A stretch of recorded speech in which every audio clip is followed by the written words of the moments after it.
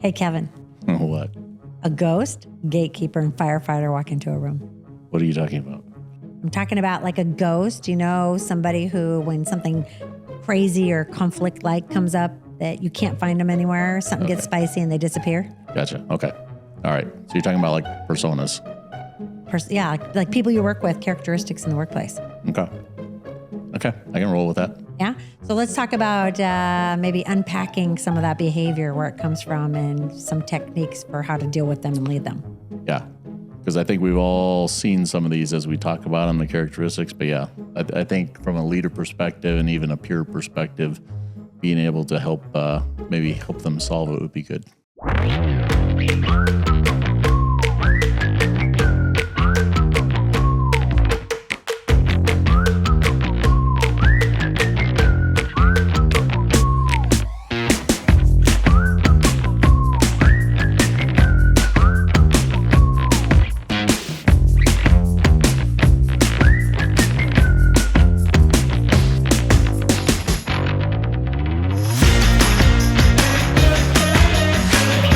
Okay, so you want to start with one? Yeah. What'd you say? Ghost, firefighter, and a gatekeeper? Gatekeeper, yeah. Let's do the gatekeeper. Okay, tell me about a gatekeeper. So gatekeeper, there's a couple of folks that jump to mind that I would consider gatekeepers. Yeah. They're kind of the ones that they got a little bit of control freak nature to them, where they want to control information. They want to be in the know. And if anybody else needs that information, they kind of are the one central hub that you have to go to. Yeah. Now, when I think of gatekeeper, I think of a lot of executive assistants who, they are responsible for access to a CEO, let's say, of a large company. That's probably their job, right? So not necessarily the same thing, but the behavior might be the same way. But We're talking more about somebody, a general person you're working with, right? Yeah. Yeah. Yeah. Because the folks that I'm thinking of, they weren't in like a leadership type of position. They were just a member of the team, but it was obvious that they wanted to have that control. Yeah. So what are some of the things that would show up besides some of the things you just listed, but the behaviors, any idea on like where that comes from? I think a lot just, I never unpacked it and asked them specifically, but just kind of observationally. I know that one of the people that I had worked with, they kind of came from a little bit of a toxic management where it's like, if you didn't have the information, there was kind of I don't want to call it a smackdown, but you basically had leaders that were not very forgiving if you didn't have the information available. Oh, that's true. So that's almost like trauma. Yeah. So they kind of felt like in order to protect themselves, they kind of had to be the ones that were the go-to. Yeah. Well, I think control equals safety might be how it computes in their brain, right? So that's a trauma response maybe. And it's funny when we use the word trauma when you're talking about workplace stuff, but we spend so much time at work that there actually is alignment to trauma a lot of times, right? I have legacy knowledge power, so I know that's the whole hoarding of information and anti-siloing, or siloing, I guess, anti what we teach about what you should do with transparency. Right. They're not transparent. They're the opposite of what we're saying. Right. You were suggesting that people try and build in their culture and in their teams. Yeah. So if you were working with somebody like this, or maybe trying to lead somebody like this, what would be some of the techniques that you could do to help that? To help that person with that without making them stand out like you're a problem. Yeah, well, I think that's probably the biggest issue that you have to avoid is you don't make it personal, right?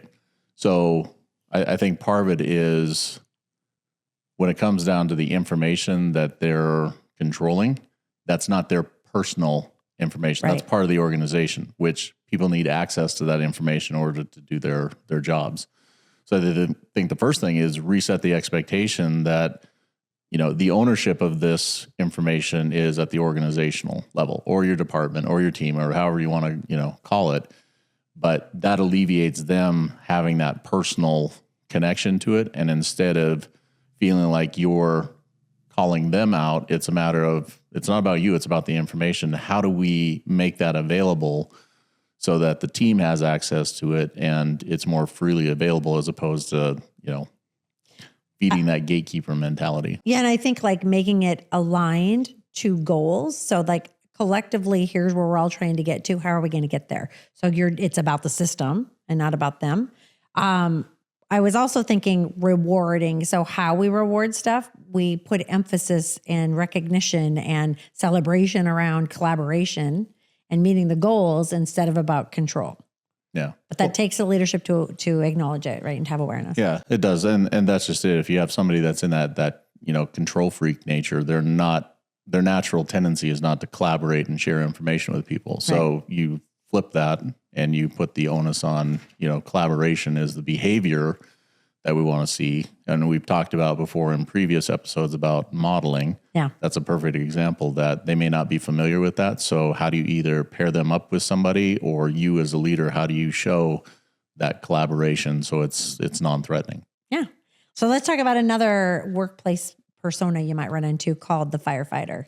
So these are the people that, it's what you picture, right? I'm going to run in and I'm going to save the day. And we just actually had another episode where we talked about different hero things that show up and they can actually be a liability.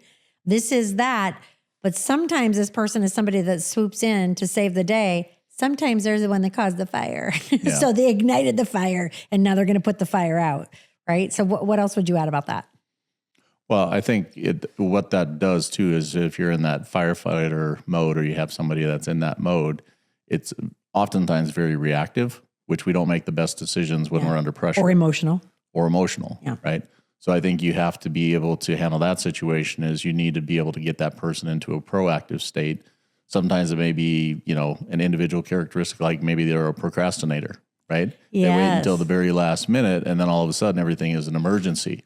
Can I say something to you? Because you have said that for years. You've said, yes, but I do my best work in the last hour or whatever, right? So you set up situations because you feel like you need that, but that's not really helpful for everybody else. It causes a lot of problems downhill, right? Right. Yeah.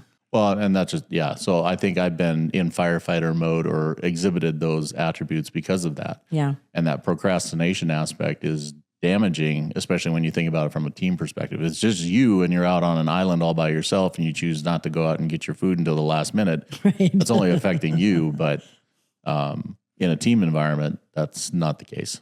Yeah. So I was just looking at, if I worked, I work and live with you. So there are techniques. I think it's different if you're in a normal work situation or if I were leading other people in a way. Some of the techniques might be, you have to be intentional about how you slow them down. So there's some carrot given there. There's some reason why you're saying, wait. The pace is not in alignment with what we need to do. We need to kind of slow this down. Let's get everybody else up to speed, whatever the tactic is, but you have to be intentional about that. And honestly, I think you need to be totally transparent about not everything can be an emergency. So there's no reason you've known about this for 2 months. Obviously, we're called the Agile Couple. We believe in practicing Agile, like discipline and behaviors. That should not come up as a surprise. So you should be daily if you're having those touch points and say, wait, why is it an emergency? Why have you not made me momentum on this type of thing, right? It shouldn't be at the last minute. Right. And I think part of that too is as a leader, you also need to be able to look at it, not just pointing out the fact that this is your behavior, but what are you doing to help them to change that behavior, right? So in my situation, personally, the way that I eliminate that procrastination and the thing that works for me personally is if I have a list. Mm-hmm. If I've got a list on a daily basis, I get that little endorphin rush, when I'm checking things off. In the absence of that, though, everything gets pushed. There's always something else that's vying for the time. So I think it's incumbent upon us as leaders as well to recognize not only what the issue is, but how are we going to help them to resolve it? Because sometimes, it could be a lifetime of that behavior, and just bringing it to their attention isn't going to help them. Well, that becomes a comfort thing too. So if that's the way you've always worked, then you're going to continue to, it's going to be very uncomfortable for a while. So actually something that we did recently do, because you're bringing that up because that's something that you're like, okay, I need to start doing. This is when I've been successful, but you need to step it up. So if you were a leader or you're on the team, you might recommend and say, for everyone's understanding, so we have transparency, can we make this a digital list? So it's not a list that you've got on a sticky note at your desk, but actually a list that everybody sees. Yeah. Whatever you're using, Jira or you're using Planner, or it doesn't really matter what the tool is, but some way that everybody can see. You still get the endorphin rush of clicking it and saying that it's done. Yeah. but you just need to have transparency with it, or you're probably going to see those same behaviors come back. Yeah, that's like one of the things. Like in my previous employment in my office, I had like windows, and I had them put on like whiteboard material, because in my opinion, you can't have too many whiteboards. Yeah. You know, for me, that provides that transparency, that visibility. If somebody walks into my office, they know, you know, what priorities are, because I've got them. That's how I organize, you know, my work. That's how I organize a team's work. But once again, it doesn't matter what the format is, as long as it's not just limited in scope to you having visibility to it. The more you can get that information out, that also helps facilitate communication, collaboration. People are like, hey, I didn't even know that project was coming, or I didn't know that that's the status of it. Or, hey, you're working on that. I saw I was also working on that. I mean, there's little things that come out of just with the transparency. Right. Right. Yeah, that's good. So again, build processes that eliminate emergencies. And then here's a good little tidbit, transition those people into mentors or strategist roles. So you're shifting their mindset. You're using some of that in a good way, right? So how do we have a strategy for this or whatever? And you're just kind of readjusting where they're focusing and how they're contributing. Yeah. And one of the things too is when you help somebody change that behavior, if you put them in a position where they're helping somebody else that's gone through that, there's an empathy aspect to that. It's like, hey, I know, you know, the shoes that you're walking. I've been there, done that. Here's what helped me. And then you're helping to build that camaraderie as well within the workplace and leveraging that empathy. So there is a time where it's a helpful thing, right? So when there is an actual like, oh man, a regulation just hit or something just changed that's outside of our control, not a bad behavior causing, but a true emergency, somebody like that is going to be comfortable then coming in and go, all right, let's get it done. We've got 6 hours or whatever. They're not going to stress out over that type of thing. So there is a benefit of that. We just can't work in emergency mode all the time. Right. Last minute and you waste your time. Yep. Right. Cool. So the first one that I started with in our, hey, Kevin, little joke is the ghost. So I think each of these actually we've talked about in other episodes, and we plan to talk about many more of these personas, but what's the ghost? So the ghost is the one that kind of, if you're in a room, all of a sudden you look around, it's like, where did they go? Right. And did we just have a little spicy conversation? And you're like, yeah. I've had that where somebody says, no, I agree. Okay, let's go have the conversation. And I turn around and I'm like, okay, I guess it's just me. Yeah. Yeah. Yeah. So it's like the pressure is on, or there's something that's uncomfortable about it, or there's an accountability aspect. They're like, I had to go to the bathroom. Yeah. Sorry. Yeah. That's kind of funny, huh? Yeah. Well, I think that's where the term ghosting comes from, is it's like all of a sudden they just disappear. Right. You're like, okay, well, I mean, that's not a good look. Right. It doesn't make you feel like somebody's got your back or you're even in, there's not a team feeling to that. Well, there's no trust in that, right? Yeah. You're expecting somebody to be there, and then all of a sudden it's like they don't want to deal with the pressure, so they just don't show up. I had somebody, and I don't know if this is ghosting. I think it's maybe a bit of behavior. It reminds me of as we're talking about it, but many years ago was in I was the most senior person in this scenario and everybody else was new. And there was a bit of conflict with some of the people going on. And it was a lot of stuff, a lot of kind of chaos under the current. But this one gentleman kept referring to this other gentleman in not kind of belittling ways. Right. And the one gentleman, I'll just call him D. He just didn't respond. But I'm sitting there and I'm like, I'm the only female and I'm uncomfortable with how this person came. He's an older guy. You keep saying this stuff to D, right? And D didn't say anything. And then other things came up from the older guy. There was some effect. And then he said something to me and I'm like, well, that doesn't work with me. So I head into conflict, right? Head on. Anyways, this goes back and forth and I'm having the conversation with the gentleman and I referenced something that he had said to D. And D, he just had his head down, right? And the other people, everybody was so uncomfortable. Like he wanted to leave, but he was kind of stuck in the corner and I was on the other side. And I said, listen, isn't that true? This is what you said. It's inappropriate. How are we going to work together for the next 2 weeks if you're doing this? Right. And the gentleman was like, what are you talking about? And I said, is that true, D? Did that happen? And he peeked his head and he goes, it happened. And he put his head back down. And I said, did you like it or not like it? He looks at the person, he goes, I didn't like it. But it was like he wanted to not be in that room or in his skin. I think he appreciated, maybe he didn't appreciate me just like going for at it, but in the end, I think it helped because if you just keep letting people do that or you don't ever deal with the conflict situation, I don't think it goes away. I think it gets bigger. Yeah, the thing it is, it's like with conflict, that's the difference between you and I. You love it. I'm conflict averse. Yeah.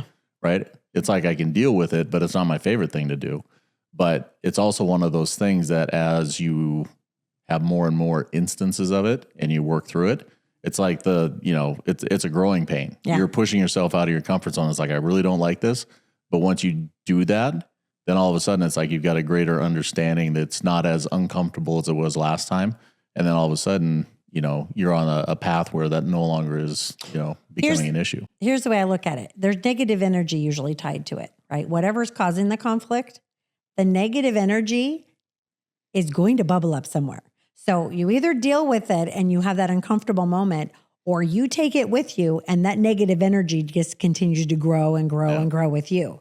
Right. So why not just deal with it earlier head on? And there's diplomatic ways to do it. Bad news doesn't get better with age. It doesn't. Yeah. So anyways, I think that was kind of fun. I guess maybe we need to talk about what would be some of the things that we would try and do with those kind of people. Like if you were working with them or leading them, what would be some of the techniques? I think the one thing is just being able to help them build up the confidence to be able to deal with those situations, whether it be, like on the accountability, and you've heard me say this thousands of times, accountability is based on setting clear expectations. Right. So maybe an expectation for them is when you're in this situation and you're feeling uncomfortable, I expect you to, behave in this way. I expect you to deal with the issue. Come to me if you've got time, to kind of be able to talk through it maybe before you have to, go and have a conversation with somebody else, but get them out of that mode, and provide them some guidance so that you can help them through that. I do think you have to be kind of careful with the whole come talk to me because that can turn into now I've got the boss on my side type of thing. But I think as a team or as a leader that you set up psychological safety, I think that's it gets kind of thrown around a lot, but you need to mean it and you need to set it up with the parameters where we're like, everybody has a role, everybody has a voice, everybody has whatever.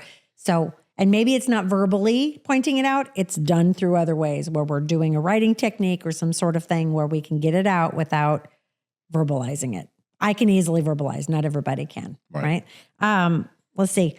Let's say give smaller confidence building responsibilities. So depending on what it is, maybe it's that little piece like you were just saying, just come and talk to me. Let's check in regularly. Like let's say there was a conflict between two people. Then you say, okay, we're going to meet every other day or whatever. And let's see, how did you two get along today? What did you do different? What did they do different? And you're just kind of doing those little milestones. And then use direct, clear tasks and timelines. So however that makes sense for the situation. And then create low stakes conflict practice. So that's exactly what you're just saying. So let's have discussions. Let's even role play. Some people are not comfortable with it because I think they think conflict is bad. Conflict has to be fighting. It's not fighting. It's going to turn into fighting, but the earlier that you deal with it, and it shouldn't be throwing accusations, right? It's facts. That's what we need to stick to. And sometimes it doesn't even have to be like with regard to personalities or the conflict could be just a matter of a disagreement on how you solve a problem. Right. Neither one is necessarily correct or incorrect. Right. But the thing that's valuable is having that conversation. And if you ghost it and you just walk away, you never have that opportunity to be able to come together and figure out, okay, how do we get this problem solved? And you never overcome that. It wasn't that bad. Right. And so then you've learned it's a muscle that you start to practice. Yeah. Well, that's what we've got today for the episode. Thanks for joining us. We're going to have other episodes where we cover some more of these personas that you'll run into, characteristics in the office. They sound negative. We're kind of highlighting the negative because it's easier to identify and kind of giving you techniques to work with. So thanks for joining us, and we'll see you again on the Agile Couple. Yeah.